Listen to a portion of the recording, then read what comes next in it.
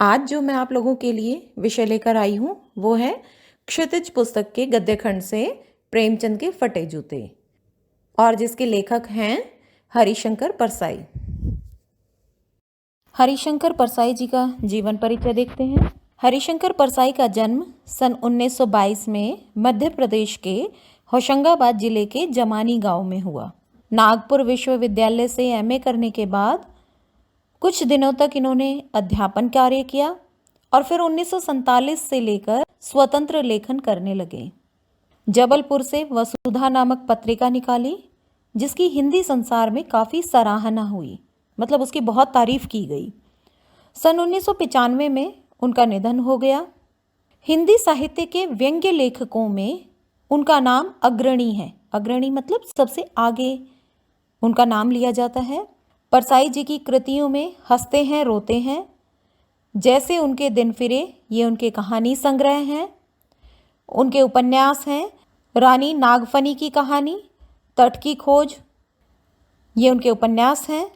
तब की बात और थी, भूत के पांव पीछे, बेईमानी की परत, पगडंडियों का ज़माना, सदाचार का तावीज़, शिकायत मुझे भी है, और अंत में, मतलब यहाँ पर और अंत में ये उनकी एक पूरी रचना का नाम है, और तथा के लिए नहीं लगाया गया है, और अंत में उनकी रचना है।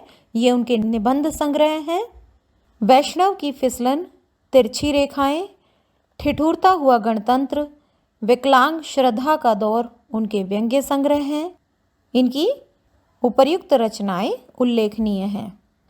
भारतीय जीवन के पाखंड, भ्रष्टाचार, अंतर्विरोध, बेईमानी आदि पर लिखे उनके व्यंग्य लेखों ने शोषण के विरुद्ध साहित्य की भूमिका का निर्वाह किया।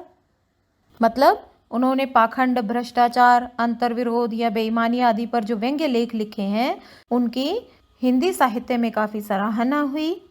उनका व्यंग्य लेखन परिवर्तन की चेतना पैदा करता है, मतलब बदलाव की भूमिका अदा करता है। कोरे हास्य से अलग यह व्यंग्य आदर्श के पक्ष में अपनी उपस्थिति दर्ज कराता है। सामाजिक, राजनैतिक और धार्मिक पाखंड पर लिखे उनके व्यंग्यों ने व्यंग्य साहित्य के मानकों का निर्माण किया। हालांकि परसाई जी सामान्य भाषा का प्रयोग करते हैं, लेकिन इनकी संरचना का जो अनूठापन है वो उनकी भाषा की मारक क्षमता को और अधिक बढ़ा देता है। अब हम पाठ प्रारंभ करते हैं, और पाठ को हम बहुत ही मज़ेदार तरीके से पढ़ेंगे। पाठ को हमें सिर्फ जो पंक्तियाँ लिखी हुई हैं उन्हें नहीं पढ़ना है, हम यहाँ पर उसके कठिन शब्द भी करते जाएंगे, और साथ साथ बहुत ही छोटे छोटे प्रश्न ऐसे करते जाएंगे बीच बीच में, ताकि आपको ये पाठ अच्छे प्रकार से समझ में आ जाए। तो पाठ के प्रारंभ में ही हम देखते हैं, लेखक के पास एक चित्र है, और चित्र किसका है? जिसमें प्रेमचंद जी अपनी पत्नी के साथ फ़ोटो खिंचा रहे हैं। लेखक उस चित्र को बहुत ध्यानपूर्वक देख रहे हैं, बहुत बारीकी से उसका विश्लेषण कर रहे हैं। तो विश्लेषण करते करते क्या कहते हैं कि प्रेमचंद का चित्र मेरे सामने है, वे अपनी पत्नी के साथ फ़ोटो खिंचा रहे हैं। उनके पहनावे की तरफ जब लेखक का ध्यान जाता है तो क्या देखते हैं? सिर पर किसी मोटे कपड़े की टोपी, कुर्ता और धोती पहने हैं, कनपटी चिपकी हुई है, गालों की हड्डियाँ उभर आई हैं, पर घनी मूछें चेहरे को हरा भरा बतलाती हैं। तो यहाँ पर लेखक ने बताया कि उनकी वेशभूषा कैसी है। तभी लेखक की नज़र उनके पाँव पर जाती है, तो क्या देखते हैं वो? पाँव में कैनवस के जूते हैं। कैनवस क्या होता है? कपड़े के जूते पहने हुए हैं प्रेमचंद जी ने, जिसके बंद बेतरतीब बंधे हुए हैं। बंद क्या होता है? लेसिस, जिसे हम फीते बोलते हैं ना, कि जूते को बांधने के लिए फीते। बेतरतीब मतलब बिना ढंग से, बिना सलीके के। लापरवाही से उपयोग करने पर बंद के सिरों पर की लोहे की पतरी निकल जाती है, मतलब जिसके माध्यम से हम छेद के माध्यम से जिस फीते का जो एक किनारा होता है, जब उसको हम जूतों के छेद में से निकालते हैं तो आसानी हो जाती है, लेकिन वहाँ पर जो उसका सिरा है, फीते का सिरा, वो टूटा हुआ है और छेदों में बंद डालने में परेशानी होती है। तब प्रेमचंद जी ये सोचते हैं कि चलो बांधने ही तो हैं जूते, चलो कैसे भी बांध लो, और इस तरीके से वो जूतों को कैसे भी बांध लेते हैं। लेखक कहते हैं दाहिने पांव का जूता ठीक है, मगर बाएं पांव के जूते में बड़ा छेद हो गया है और जिसमें से अंगुली बाहर आ गई है। ये वाली पंक्ति बहुत महत्वपूर्ण है और बहुत बारी परीक्षा के में आती है, जिसमें से एमसीक्यूज आपसे पूछे जाते हैं। क्या पूछा जाएगा आपसे? प्रेमचंद ने कैसे जूते पहने हुए थे? कैनवस के जूते। और प्रेमचंद के कौन से पैर का जूता फटा हुआ था, दाहिना या बाएं? क्या लिखा हुआ है पुस्तक में? दाहिने पांव का जूता ठीक है, लेकिन बाएं पांव के जूते में छेद है। तो इसका मतलब प्रेमचंद का कौन से पैर का जूता फटा हुआ था? बाएं पैर का। लेखक की दृष्टि इसी जूते पर अटक जाती है। अब इस जूते पर ही उन्होंने पूरा पाठ बना दिया है। वैसे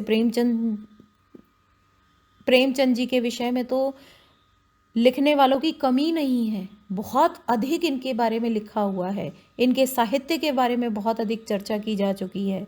लेकिन लेखक ने जो फोटो देखी उसमें जब उनके जूते पर नजर गई तो उस जूते को ही आधार मानकर उन्होंने इस निबंध की रचना कर डाली। लेखक क्या कहते हैं? मेरी दृष्टि इस जूते पर अटक गई है, सोचता हूँ फोटो खिंचाने की अगर ये पोशाक है तो पहनने की कैसी होगी।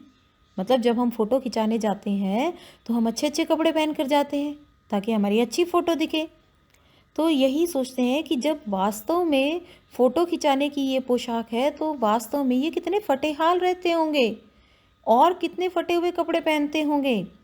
फिर तुरंत वो अपनी सोच परिवर्तित कर लेते हैं लेखक, नहीं, इस आदमी की अलग अलग पोशाकें नहीं हो सकती क्योंकि इनमें तो पोशाकें बदलने का गुण है ही नहीं।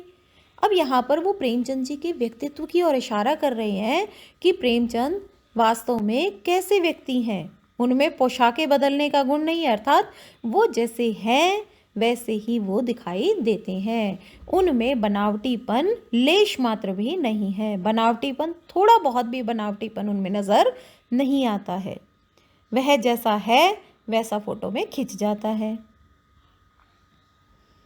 अब लेखक के चेहरे की ओर वो देखते हैं। मैं चेहरे की तरफ देखता हूँ, क्या तुम्हें मालूम है मेरे साहित्यिक पुरखे कि तुम्हारा जूता फट गया है। प्रेमचंद जी के लिए लेखक ने कौन से विशेषण का प्रयोग किया है? साहित्यिक पुरखे का। कहते हैं कि मेरे साहित्यिक पुरखे, क्या तुम्हें मालूम है कि तुम्हारा जूता फटा हुआ है और जिसमें से उंगली बाहर दिख रही है। क्या तुम्हें इसका ज़रा भी एहसास नहीं है?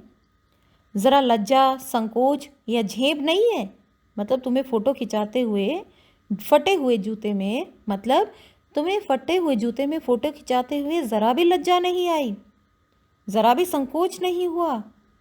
क्या तुम नहीं जानते थे कि यदि धोती को थोड़े सा और नीचे खींच लेते तो तुम्हारा ये जूता ढक जाता, फटा हुआ जूता नज़र ही नहीं आता क्योंकि नीचे तक तुम्हारी धोती नज़र आती।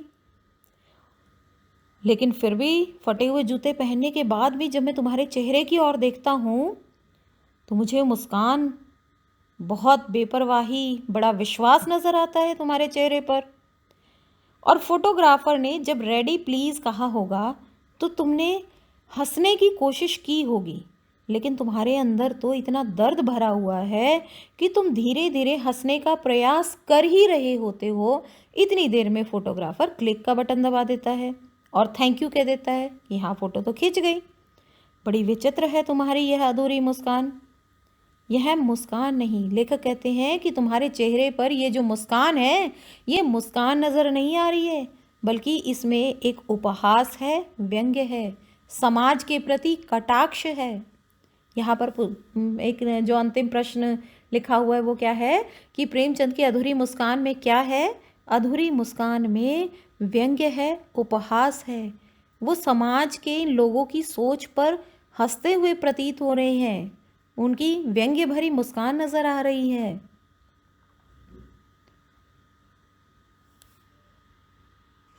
तो लेखक ने यहाँ पर यह दर्शाया है कि प्रेमचंद जैसे हैं वैसे ही वो नज़र आ रहे हैं, वास्तव में भी अपने जीवन में भी वो इसी प्रकार के पोशाक धारण करते हैं और फोटो में भी ही इसी प्रकार के वस्त्र धारण किए हुए हैं, इसी प्रकार से फटे हुए जूते उनके पास हैं, तो फटे हुए जूते पहनकर ही उन्होंने फोटो खिंचा ली है।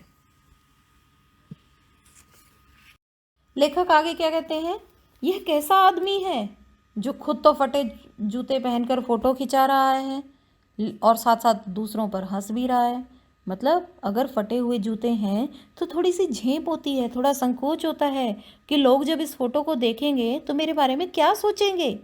लेकिन उनके पास तो इस प्रकार के, उनके चेहरे पर तो इस प्रकार के कोई भी भाव नजर ही नहीं आ रहे हैं।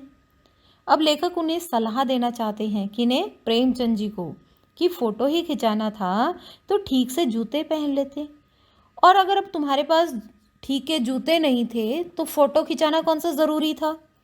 फोटो नहीं भी खिंचाते तो क्या बिगड़ने वाला था।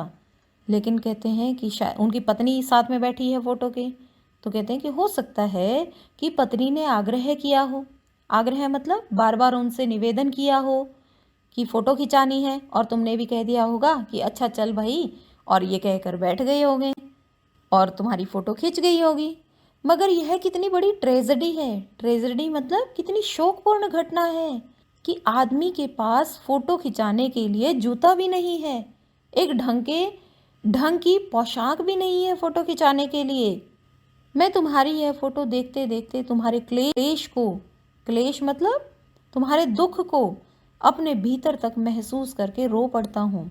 लेकिन जब मैं तुम्हारे चेहरे की तरफ देखता हूँ तो तुम्हारी आंखों का यह तीखा दर्द भरा व्यंग्य मुझे एकदम से रोक देता है, क्योंकि तुम्हारे चेहरे पर जो तेज है, जो तुम्हारे चेहरे पर ये व्यंग्य भरी मुस्कान है, ये मुझे तुम पर दयापूर्ण दृष्टि डालने से रोक रही है।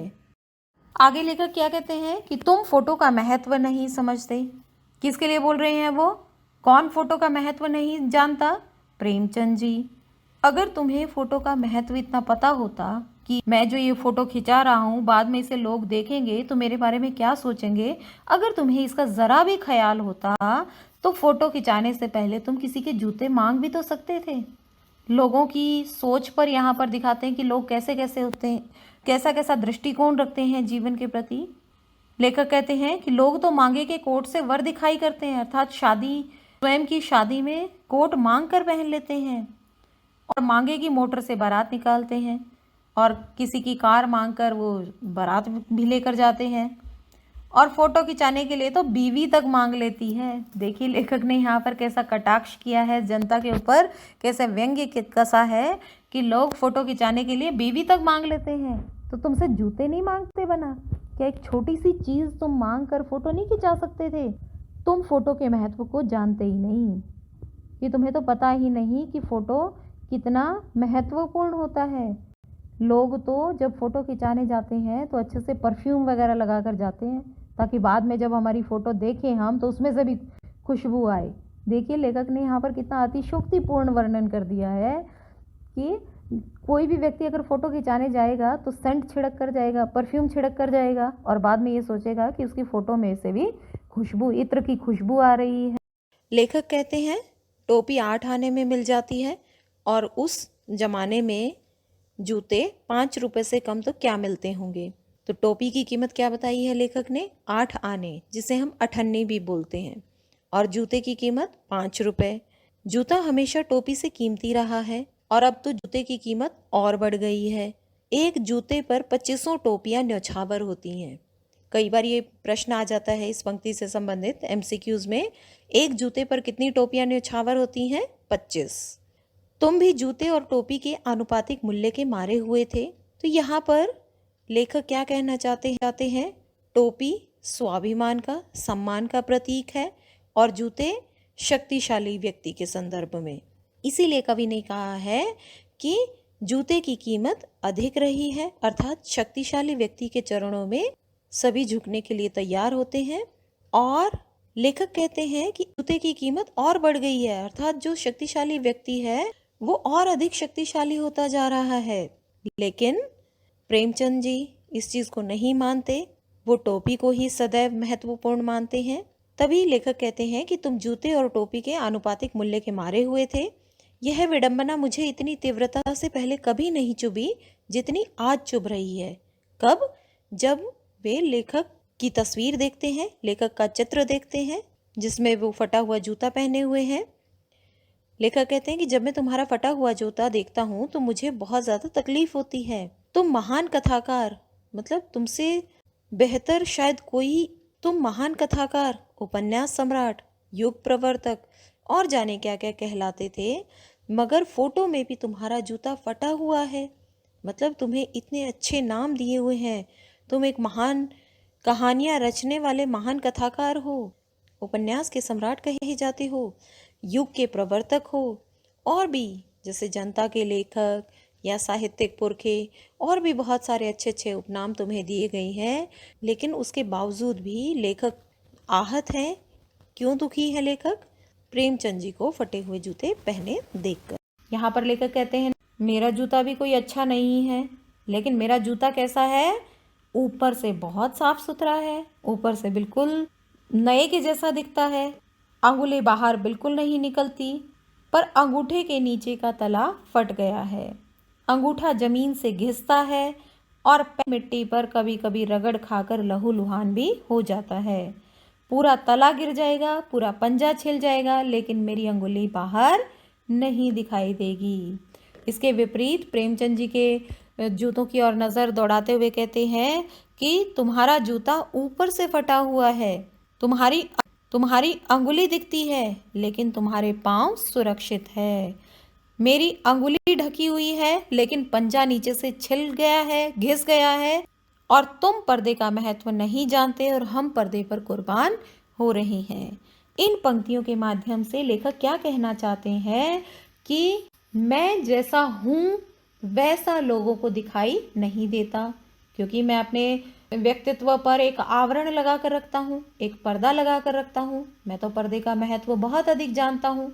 मेरी जैसी वास्तविक स्थिति है, चाहे मैं कितने ही कष्ट झेल रहा हूँ, कितनी ही पीड़ा है, कितना ही दुख है, लेकिन फिर भी मैं लोगों के सामने यही जाहिर करता हूँ कि मैं बहुत अच्छा हूँ, मैं बहुत संपन्न हूँ।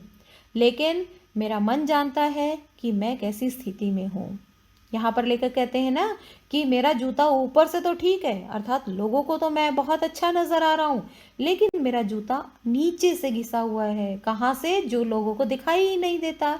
और नीचे से घिसा हुआ है, जब मुझे चलने में परेशानी होती है तो वो मुझे मालूम है कि मेरे पैरों को कितना कष्ट होता है, कि वो कष्ट, वो तकलीफ, वो मैं अंदर ही अंदर झेलता हूँ, लेकिन लोगों को दिखाता। और इसी प्रकार से प्रेमचंद की जूतों की ओर नजर दौड़ाते हुए कहते हैं कि तुम्हारा जूता नीचे से ठीक है, तुम जैसे आदर्शवादी हो, तुम जैसे यथार्थवादी हो, तुम्हारे जैसे विचार हैं, हे महान युग प्रवर्तक, तुम जैसे हो वैसे ही लोगों को दिखाई देते हो, लेकिन तुम्हारा जो ये स्वाभिमान है ये बरकरार है, तुम्हारा पैर नीचे से सुरक्षित है, अर्थात तुमने अपने विचारों से किसी भी प्रकार का समझौता नहीं किया है। और इसके विपरीत मैं लोगों को दिखाता ऐसा हूँ कि मैं बिल्कुल सही हूँ, लेकिन वास्तव में मेरे सिवाय कोई भी परिचित नहीं है। और दूसरी तरफ जैसे तुम हो वैसे ही लोगों को दिखाई दे रहे हो, लेकिन तुम्हारा नीचे से जो तला है, जूते का तला, वो सुरक्षित है और तुम्हारी अंगुलियां बाहर दिख। तो यहाँ पर कौन कौन से प्रश्न बन सकते हैं? प्रेमचंद का जूता कहाँ से फटा हुआ है? चित्र में देखिए कहाँ से नजर आ रहा है आपको? ऊपर से। और लेखक का जूता कहाँ से फटा हुआ है? चित्र देखिए ध्यानपूर्वक, लेखक का जूता नीचे से फटा हुआ है। पर्दे का महत्व कौन नहीं जानता? मैंने बताया ना कि प्रेमचंद जी जैसे हैं वैसे ही लोगों को दिखाई देते हैं, वो किसी भी प्रकार का आवरण नहीं रखते। तो पर्दे का महत्व कौन नहीं जानता? प्रेमचंद। और पर्दे पर कौन कुर्बान हो रहा है, अर्थात अपनी वास्तविकता छुपा कर कौन रख रहे हैं? यहाँ पर लेखक। लेखक कहते हैं कि तुम तो जूता बड़े ठाठ से पहने हुए हो, लेकिन मैं तो ऐसे बिल्कुल भी नहीं लगता, और फोटो तो इस प्रकार से बिल्कुल भी ना खिंचाऊं, चाहे कोई मेरी जीवनी बिना फोटो की ही छाप दे। तो यहाँ पर एक शब्द आया है जीवनी, इसे ध्यानपूर्वक सुनिए। ये बहुत स्थानों पर आपके प्रयोग किया जाता है, जीवनी और आत्मकथा। आत्मकथा होता है कोई भी व्यक्ति स्वयं के बारे में, वो आत्मकथा। और जीवनी क्या होता है, कोई और व्यक्ति आपके जीवन के संदर्भ में चीज़ों को लिखे, वो जीवनी। तो कहते हैं कि कोई भी मेरी जीवनी अगर बिना फोटो के छाप दे तो छाप दे, लेकिन मैं इस तरह से फटे हुए कपड़ों में या फटे हुए जूतों में फोटो नहीं खिंचा सकता। लेकिन यहाँ पर प्रेमचंद जी फटे हुए जूते पहनकर भी व्यंग्य भरी मुस्कान लिए हुए हैं, और यही व्यंग्य भरी मुस्कान ही लेखक के हौसले पस्त करती है, लेखक के हौसले कम करती है। लेखक समझ नहीं पा रहे हैं क्या मतलब है इस मुस्कान का, और कैसी है यह मुस्कान। मतलब अगर फटे हुए जूते हैं तो थोड़ा बहुत तो व्यक्ति को लज्जा या संकोच का भाव उसके चेहरे पर नजर आएगा, लेकिन यहाँ तो प्रेमचंद जी के चेहरे पर व्यंग्य भरी मुस्कान नजर आ रही है। तो चलिए अब आपको निबंध के बीच में एक कहानी सुना दी जाए, थोड़ा रोचकता का समावेश कर दिया जाए। लेखक क्या कहते हैं, एक पंक्ति यहाँ पर लिखी है लेखक ने कि क्या होरी का गोदान हो पाया, क्या होरी का गोदान हो गया।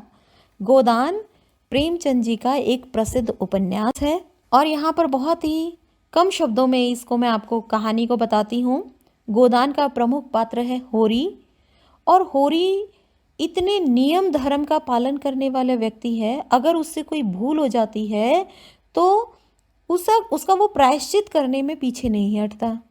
क्या हुआ, उसके भाई ने ईर्ष्यावश उसकी गाय को मार दिया।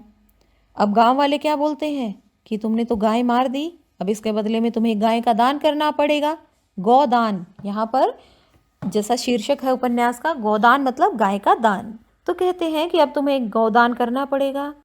लेखक का परिवार बड़ा है, उसकी बेटी की शादी की उम्र हो गई है, परिवार का भरण पोषण भी करना है, लेकिन वो इसके लिए जी तोड़ मेहनत करता है कि उससे जो पाप हुआ है, कि एक ऐसा पाप जो उसने किया ही नहीं, एक ऐसी गलती जो उससे हुई नहीं, उसका भी प्रायश्चित करने के लिए वो तैयार है। वो कहता है कि मैं अब पैसे इकट्ठे करके धीरे धीरे गाय खरीदूंगा और फिर उसका दान करूंगा। तो वो पैसा इकट्ठा करने के लिए दिन रात मेहनत करता है, लेकिन फिर भी वो इतने पैसे नहीं जुटा पाता कि जितने गाय को खरीदने के लिए आवश्यक हो। भरी दोपहरी में दिन रात बिना खाए पिए, बिना अपना ध्यान रखे, वो खेतों में मजदूरी करके रात दिन काम में लगा रहता है, और इस प्रकार से काम करते करते उसकी तबीयत खराब होने लगती है और वो निढाल होकर चारपाई पर गिर जाता है, और वहीं उसके प्राण निकल जाते हैं। तो अब वो कहते हैं कि गाय का दान बगैर तो इसकी मुक्ति नहीं होगी, इसकी आत्मा को शांति नहीं मिलेगी। तो उसकी पत्नी घर पर जाती है और कहती है ब्राह्मणों के हाथ में पैसे रखकर, कुछ पैसे जो उसने इकट्ठे किए हुए होते हैं, कुछ पैसे जो होरी ने इकट्ठे कर रखे थे गोदान के लिए, वो उन्हीं के हाथों में रखती हुई बोलती है कि लो हो गया तुम्हारा गोदान। तो इसीलिए कहते हैं कि यहाँ पर होरी ने नियम धर्म का पालन करने के लिए अपने प्राणों तक का बलिदान कर दिया, लेकिन उसके बाद भी क्या उसका गोदान हो पाया। अब आपको एक कहानी सुनाती हूँ। इस कहानी में भारतीय किसान की लाचारी का यथार्थ चित्रण किया गया है। बहुत साल पहले की बात है। एक गांव में एक हल्कू नाम का गरीब किसान रहता था।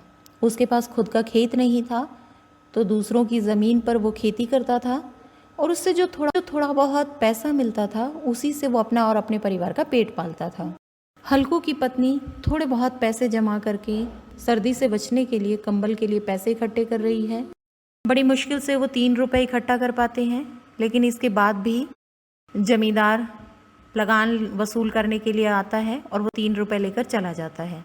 पूस का महीना है, अंधेरी रात है, कड़ाके की ठंड पड़ रही है। तो शाम के समय हल्कू अपने खेत की रखवाली करने के लिए जाता है। जिस पर वो खेती करता है, जो उसका अपना नहीं है, उस पर रखवाली करने के लिए जाता है रात को, ताकि इतनी फसल वो उगा सके कि अपना और अपने परिवार का पेट पाल सके। वहाँ पास ही पड़े आम के कुछ पत्ते और डंडियों को इकट्ठा करके एक आग जलाता है ताकि कुछ गर्मी का एहसास हो सके, ठंड से मुक्ति मिल सके। और इतनी गर्मी होकर चादर ओढ़कर उसे नींद आने लगती है। तभी कुत्ते को जानवरों की आहट सुनाई देती है, भौंकने लगता है, लेकिन उसका भौंकना सुनकर भी हल्कू उठना नहीं चाहता। क्यों नहीं उठना चाहता? क्योंकि उसे नींद आ रही है और उसे पता है कि खेत में नीलगाय घुस आई है, जो फसल को समाप्त कर रही है, फसल को नुकसान पहुंचा रही है, लेकिन इतना सब कुछ जानते हुए भी वो उठना नहीं चाहता। और सवेरे जब उसकी पत्नी आकर देखती है कि खेत तो सफाचट हो चुका है, खेत में कुछ नहीं बचा है, तो वो हल्कू खुश होता है कि इससे अच्छा तो मेहनत मजदूरी करके ही गुजारा कर लूँगा।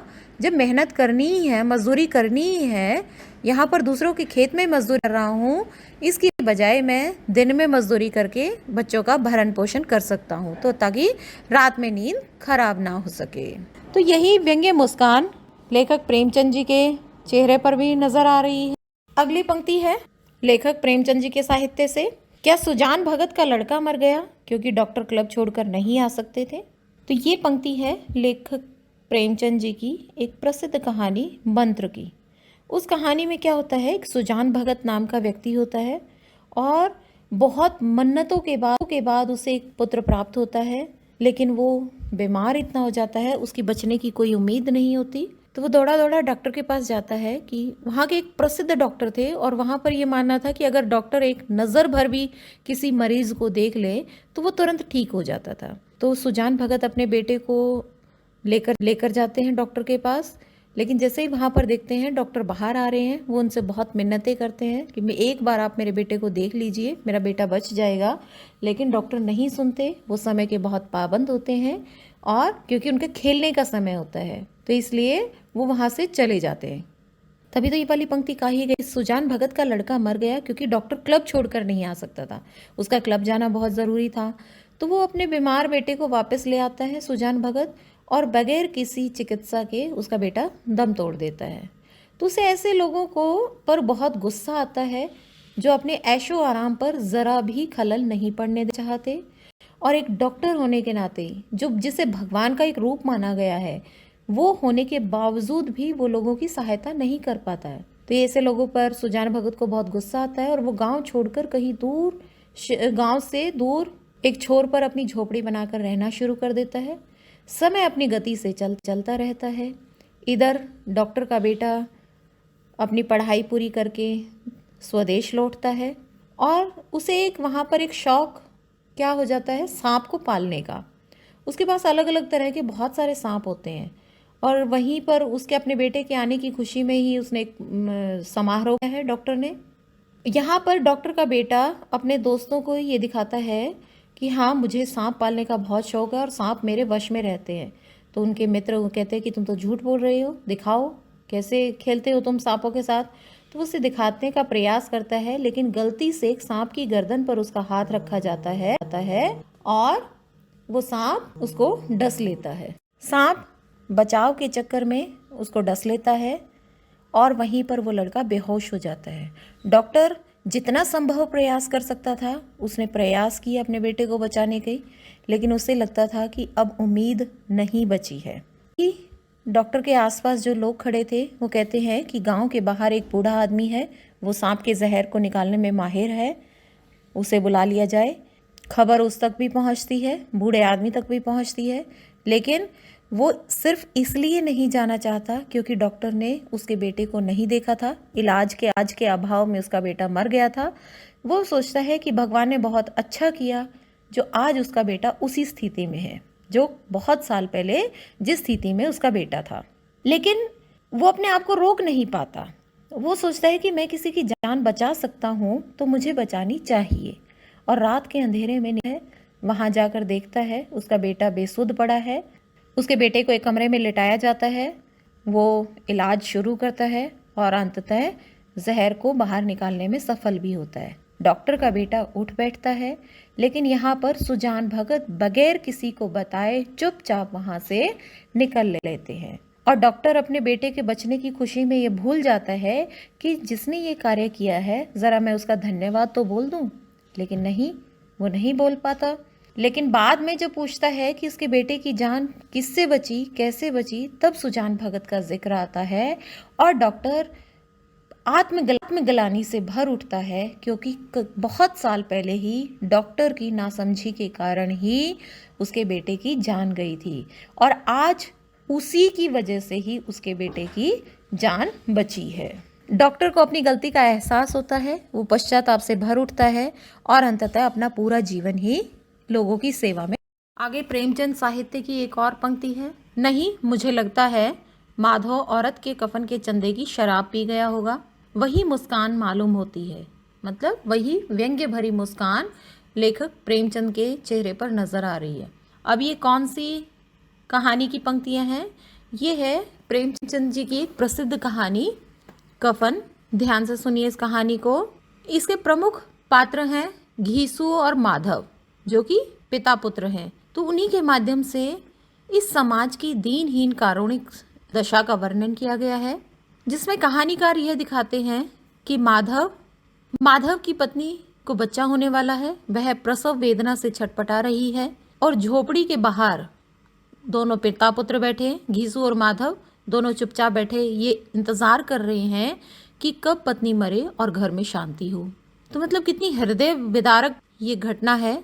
प्रसव वेदना से माधव की स्त्री मर जाती है और दोनों छाती पीटकर हाय हाय करना शुरू करते हैं। और उनके रोने पीटने की आवाज़ को सुनकर आस पड़ोस के जितने भी लोग होते हैं वो इकट्ठा हो जाते हैं। उनके पास तो इतने भी पैसे नहीं हैं कि उसका अंतिम क्रियाक्रम कर सके, और वो पास पड़ोस वाले उसे पैसा इकट्ठा करके उसे कफन खरीदने के लिए पैसे देते हैं। दोनों बाजार जाते हैं, बहुत सारी दुकानों पर देखते हैं, चक्कर लगाते हैं, और लेकिन सस्ते के चक्कर में शाम हो जाती है। सस्ती चीज़ खरीदने के चक्कर में शाम हो जाती है।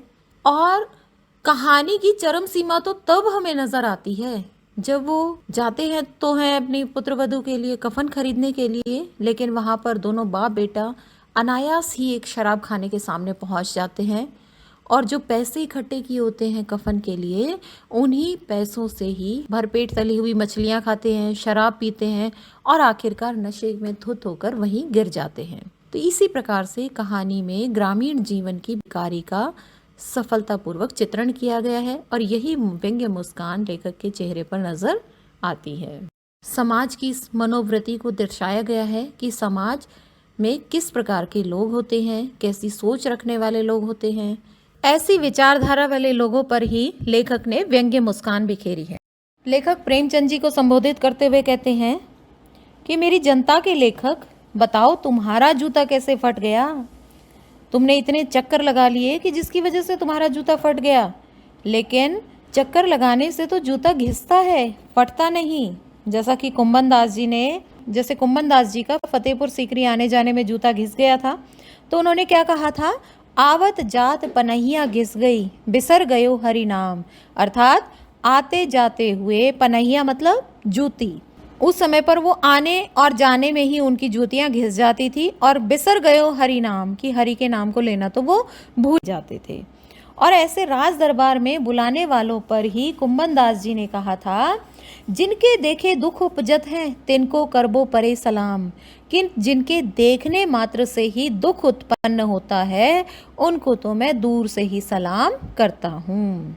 अर्थात ऐसे लोग जो मुझे बुलाकर मेरे हरि से मुझे दूर कर रहे हैं, ऐसे लोगों को तो दूर से ही सलाम करता हूँ। लेखक अब इस तह तक जाना चाहते हैं कि आखिर प्रेमचंद जी का जूता फटा तो फटा कैसे। कहते हैं कि चलने से तो जूता घिसता है, फटता नहीं, लेकिन मेरी जनता के लेखक, बताओ तुम्हारा जूता कैसे फट गया। अब वो अनुमान लगा रहे हैं कि ज़रूर प्रेमचंद जी ने किसी ऐसी सख्त चीज़ को ठोकर मारी होगी जो सदियों से जमी पड़ी थी, और उसी को ठोकर मार मार कर ही उन्होंने अपना जूता फाड़ लिया होगा। इस पंक्ति के माध्यम से लेखक क्या कहना चाहते हैं? लेखक यह कहना चाहते हैं कि कोई रूढ़ी या परंपरा जो निरंतर चली आ रही है, जिसकी ओर कोई विशेष ध्यान नहीं देता, उसी को ही प्रेमचंद जी ने तोड़ने का प्रयास किया होगा, और जूता फटने अर्थात उनका इससे मन आहत हुआ होगा। इन चीज़ों को वो नकारना चाहते हैं, इन चीज़ों से टक्कर लेना चाहते हैं। तभी तो लेखक ने यहाँ कहा, कोई टीला जो रास्ते पर खड़ा हो गया था, तुमने उस पर अपना जूता आजमाया। अर्थात कोई बाधा ऐसी समाज में उत्पन्न हो गई थी जिसको तुम हटाना चाहते थे, और उसी से टक्कर लेने के कारण ही तुम्हारा मन आहत हुआ होगा।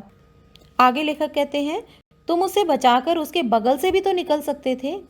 टीलों से समझौता भी तो हो जाता है। सभी नदियाँ पहाड़ थोड़े ही फोड़ती हैं। कोई रास्ता बदलकर घूमकर भी तो चली जाती हैं।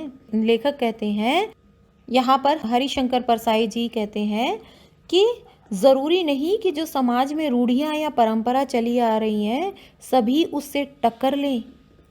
ये आवश्यक नहीं है कि हमारा उससे टक्कर लेना ही ज़रूरी है, हम उससे बचकर भी तो निकल सकते हैं।